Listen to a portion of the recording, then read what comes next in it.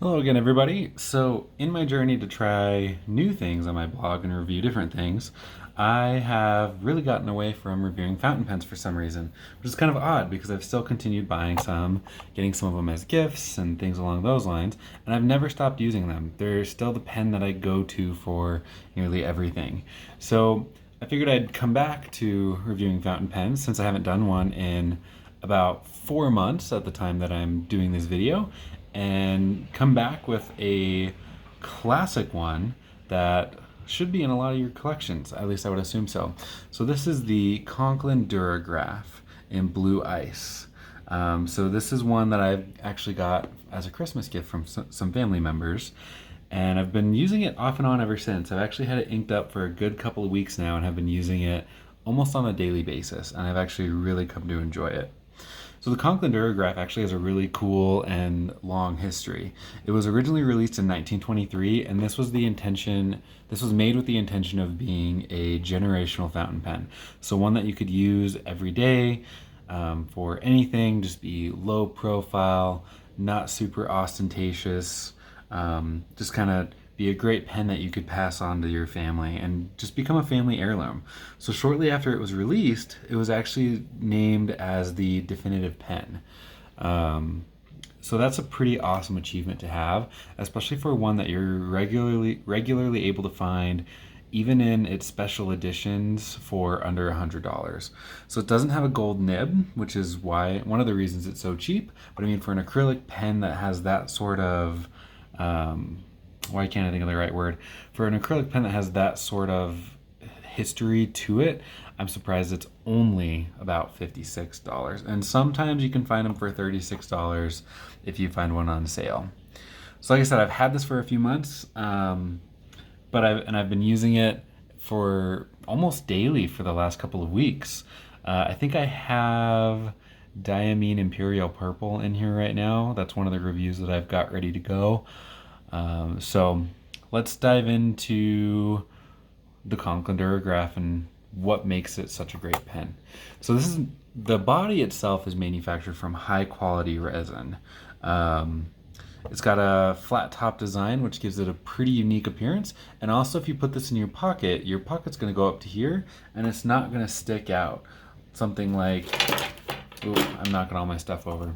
Something like this might stick out just a little bit and be a little bit more ostentatious is kind of the word that I'm going for right now. Or even a Pilot Metropolitan is going to stick out just a little bit more. So the flat top makes it a little less noticeable. Probably not going to stick out if you have it in your pocket at the office in a meeting, things like that. So all of these, from what I can gather, all their standard editions have silver metal accents, including the clip, and that complements the body. The limited editions, from what I can find, and I could be wrong, this is just from me perusing some of the models that are available, the limited editions seem to have gold accents, which both look great in my opinion. I think silver looks very good with the ice blue variant. I don't think gold would look as good, and so I definitely enjoy this a lot. So the clip is stamped steel, and it works really well. I mean, I'll put it on my pocket I have had it in my Lighthit Lab SmartFit Slim pen case for a while, and it holds it securely. You can see it's got, I almost dropped it right there. It's got a pretty decent springiness to it. You can hear it bounce back and hit the body. So decent amount of tension, but given that little teardrop shape right there, it's gonna fit pretty easily in there. I think it's gonna stay at place pretty well no matter where you put it. So it's a screw cap design. And I always like testing. It's supposed to be one full turn, so I'm pulling on it, and pretty much right at one full turn, it comes right off. So I definitely enjoy that when it does what it's supposed to do. I've had ones that were supposed to be 1.5 or something like that, and it's off by sometimes as much as a quarter turn, and I just find that annoying when things don't work the way they're supposed to. So once the cap comes off, you'll find a really nice steel nib. Let's see if I can get a really good close-up shot for you. So you can see on there, if my lighting would adjust correctly, it says Conklin and then Toledo, USA. If I've got my notes right, I think it's made in Ohio. I could be wrong. That's what I've got off the top of my head. I never wrote it down. But this is a standard number 6 steel nib manufactured by Jowo. I think I'm saying that right. So it's going to be, I mean, Jowo is very good at making good quality nibs. They're the ones that make the Diplomat Arrows nib, and a couple other very nice nibs out there. So it's just going to work really well. Should work pretty well right out of the box. I don't think they tune it as well as some others, but it works pretty well. So these ones have, you can get them in an extra fine, medium, broad, and 1.1 stub, and then an Omniflex. I have the fine nib because that's just what I tend to stick with, and you can see right over on the side the designation for the nib size. So it's not down here like it typically is or somewhere else. It's off to the side. So it actually took me a minute to find what that was. So one downside that I found with this nib, and it might be something with the feed, but I've used a couple different inks in this pen, and I regularly have hard starts, which is somewhat annoying just because I like it when pens get going right off the bat. Let me find a good paper to write on for you. I'll do it near the end.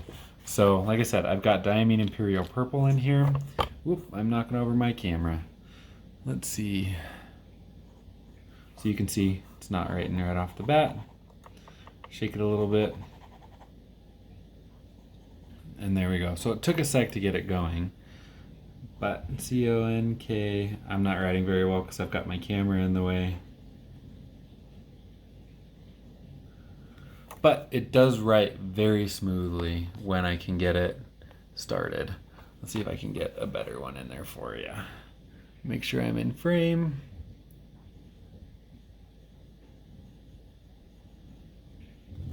Horrible handwriting, I know. I've got a weird setup right now with my camera.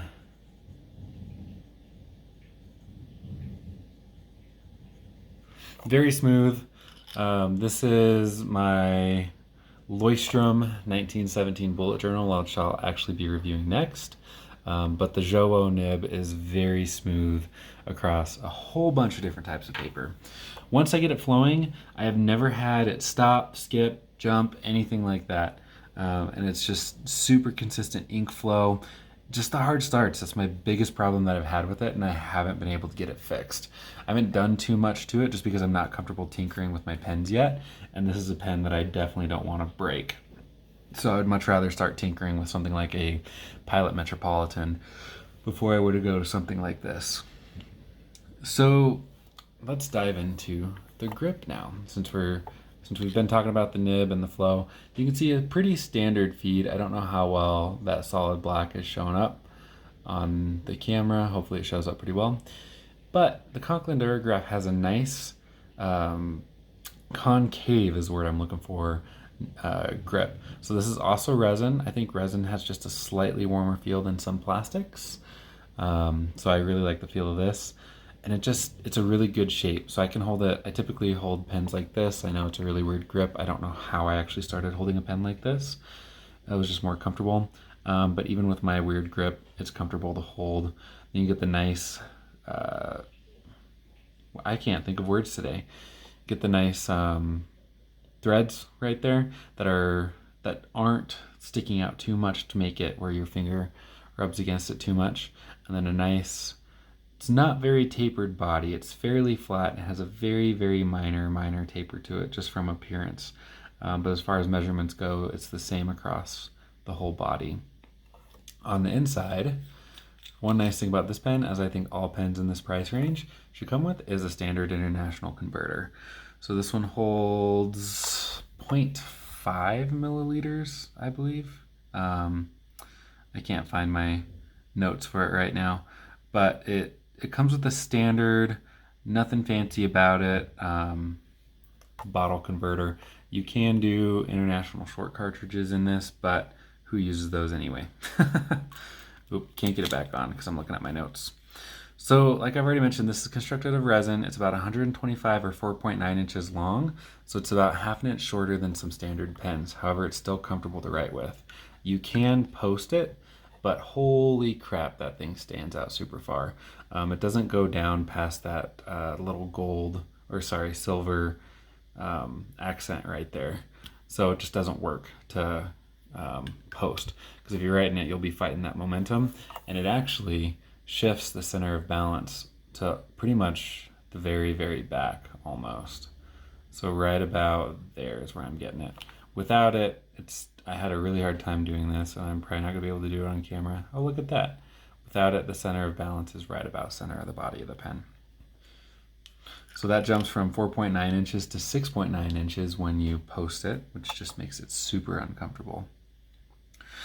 So now that we've discussed pretty much everything that has to do with making a pen comfortable to write with, as a whole, I've really enjoyed using this pen.